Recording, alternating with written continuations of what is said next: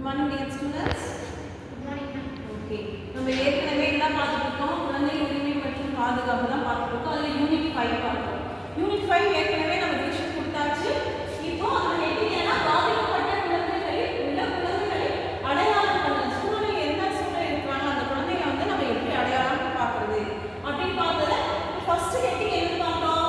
பாதிப்பு என்ற கருத்தை பற்றி நம்ம எப்படி புரிஞ்சுக்கிறது? ஃபர்ஸ்ட் பாதிப்புனா என்ன? அது என்ன முக்கியமான கருத்து இருக்கு அப்படின்றத நம்ம புரிஞ்சுக்கிறோம்.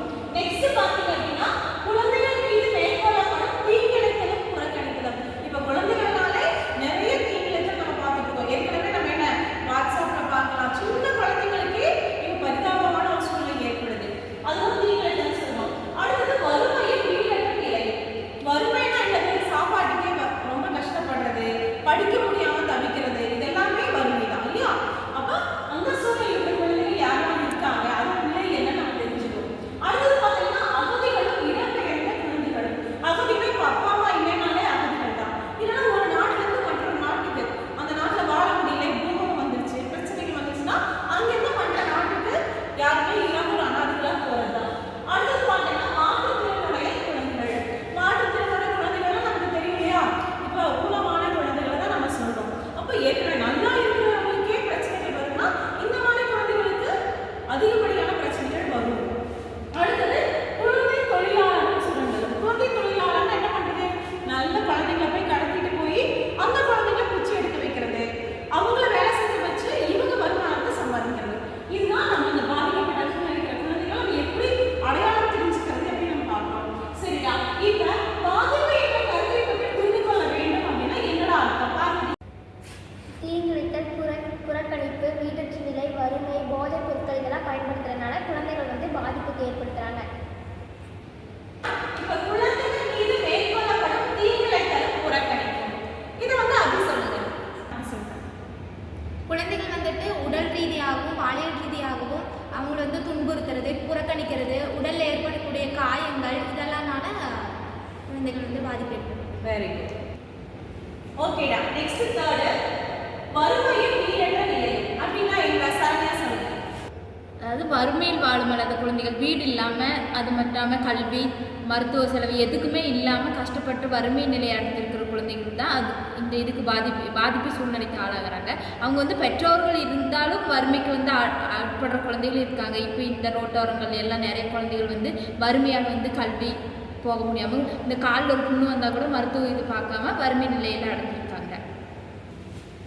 ஓகேடா. இப்போ நம்ம ரொம்ப அருமையா பதில் சொன்னீங்க இல்லையா?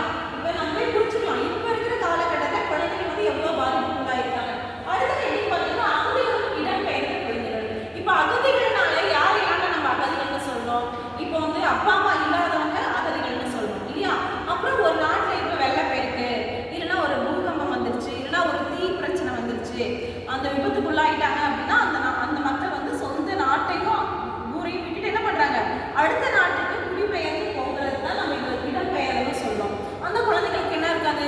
ஒரு நிரந்தரமான படிப்பு இருக்காது. ஏன்னா அவங்க வந்து 5th படிச்சுட்டு வந்திருப்பாங்களா இருக்கும். அடுத்த கிளாஸ்க்கு எங்க போய் சேர்ந்து ஒரு சர்டிஃபிகேட் இருக்காது, படிக்கிறதுக்கு புக்ஸ் இருக்காது, ஏன் சாப்பிட்றதுக்கு உணவு இருக்காது, போடுறதுக்கு ட்ரெஸ் இருக்காது. அப்ப இப்படிப்பட்ட குழந்தைகளை வந்து நம்ம வந்து எப்படி பராமரிக்கணும்? பாதிக்கப்பட்ட சூழ்நிலை குழந்தைகளை நம்ம எப்படி கண்டு உணர்ந்துக்கிறது, எப்படி தெரிஞ்சுக்கிறது, எப்படி அவங்களுக்கு புரிஞ்சுக்கிறது அப்படின்றத பார்த்து அவங்களுக்கு தேவையான நடவடிக்கைகளை ஒன்றா அரசு மூலமாக செய்யணும், இல்லைன்னா நம்மளால முடிஞ்ச உதவிகளை அந்த குழந்தைகளுக்கு செய்யணும் அப்படின்றத இந்த கருத்தை நம்ம தெரிவிக்கிறோம். அடுத்தது பார்த்தீங்கன்னா மாற்றுத்திறனுடைய குழந்தைகள். இப்போ மாற்றுத்திறனுடைய குழந்தைகள் அப்படின்னு பார்த்தீங்கன்னா இப்போ பார்த்தீங்கன்னா கை கால் ஊனம் இல்லை இருப்பாங்களா? கை கால் ஊனத்தோடு இருப்பாங்க. அப்புறம் அந்த குழந்தைகளுக்கு பிரச்சனைகள் இருக்கு, வாய் பேச முடியாம, கண் பார்வை தெரியாம, ஆனால் அவங்களுக்கு இன்டெலிஜென்ஸ் பவர், அதாவது நல்ல அறிவு இருக்கும் தெரியுமா? நம்மளே பார்க்கலாம். இப்போ வந்து நம்மளுக்கு நல்ல கண் இருக்கு, கை இருக்கு, கால் இருக்கு, நல்ல யோசிக்கிற தன்மை இருக்கு, சிந்திக்கிற உணர்வு இருக்கு. ஆனா வந்து சம்டைம்ஸ் நம்மளே கொஞ்சம் மிஸ் பண்ணிக்குவோம். ஆனா அந்த மாதிரி இருக்கிறவங்களுக்கெல்லாம் கரெக்டா அவங்க மிஸ்ஸே ஆகாது. 100% வந்து ஃபுல்லா அவங்க வந்து மார்க்ஸ் எடுப்பாங்க. இந்த மாதிரி குழந்தைகளை தான் மாற்றுத்திறனுடைய குழந்தைகள் வந்து நம்ம எப்படி வந்து அவங்கள அரவணைக்கிறது, பாதுகாக்கிறது, பாதிக்கப்பட்ட சூழ்நிலை இருந்தாங்க அப்படின்னா அந்த குழந்தைகளுக்கு நம்ம எப்படி வந்து ஒரு விழிப்புணர்வை ஏற்படுத்துறதுன்னு சொல்லிதான். அடுத்தது பார்த்தீங்க அப்படின்னா குழந்தை தொழிலாளர்கள் சுரண்டல். இதை நம்ம சொல்லவே வேண்டாம். நம்ம ஊர்ல நிறைய நடக்குது. நம்ம ஊர்ல எல்லா இடத்துலையும் நடந்துட்டு இருக்கு இல்லையா? இப்ப குழந்தைகளை வந்து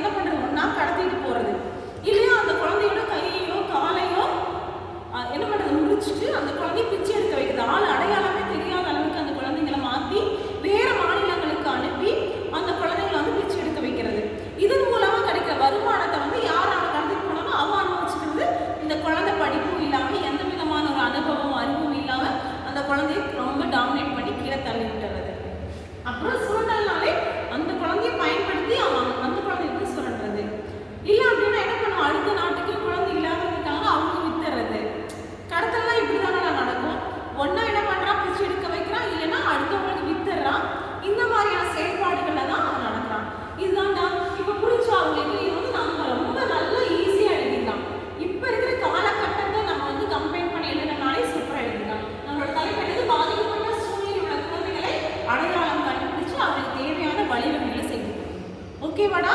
தேங்க்யூ டியர்ஸ்.